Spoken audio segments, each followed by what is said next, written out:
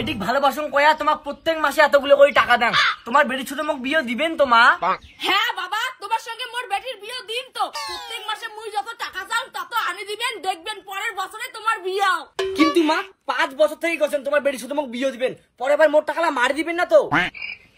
জামাই, তোমরা কি আমাকে অবিশ্বাস করে যাচ্ছেন? তাহলে তোমার টাকা লাগবে না আর মোর বেটির সঙ্গে তোমার বিয়ে দিন না।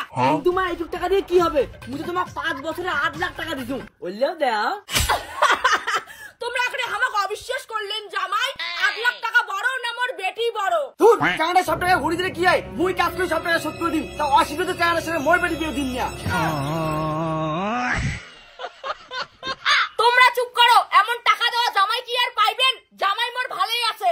এই মুই কিছু কম না, তুই কি করিস কর। বাবা, তোমার শ্বশুরের কথা কিছু মনে করেন না। রন মোর বেটির সঙ্গে এখন বেড়ে আইসো, মোর বেটিক দেখাং। মাগো ময়না, মা আমি এলাকাটা ঘুরি টুরি যার পাইব না, কারণ আমার প্রাইভেট আছে।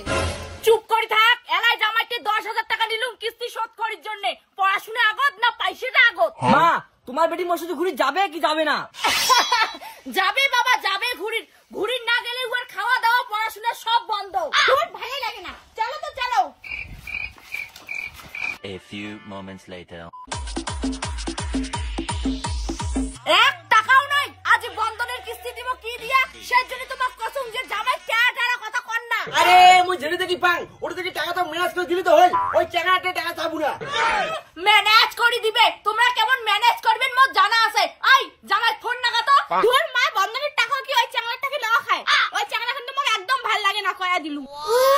গরিবের বেটির ফুটানি আছে। তো কি কসম মাগো ওই চাংলার সঙ্গে বিয়ে দিম, ওই চাংলার টাকা খামো, তারপরে একটা বড় লোক চাংলা দেখি তো বিয়ে দিম। ফোনটা নাগাও, ফোনটা নাগাও। হ্যালো জামাই, তুমি আছেন বাবা? তাড়াতাড়ি আইসো তো।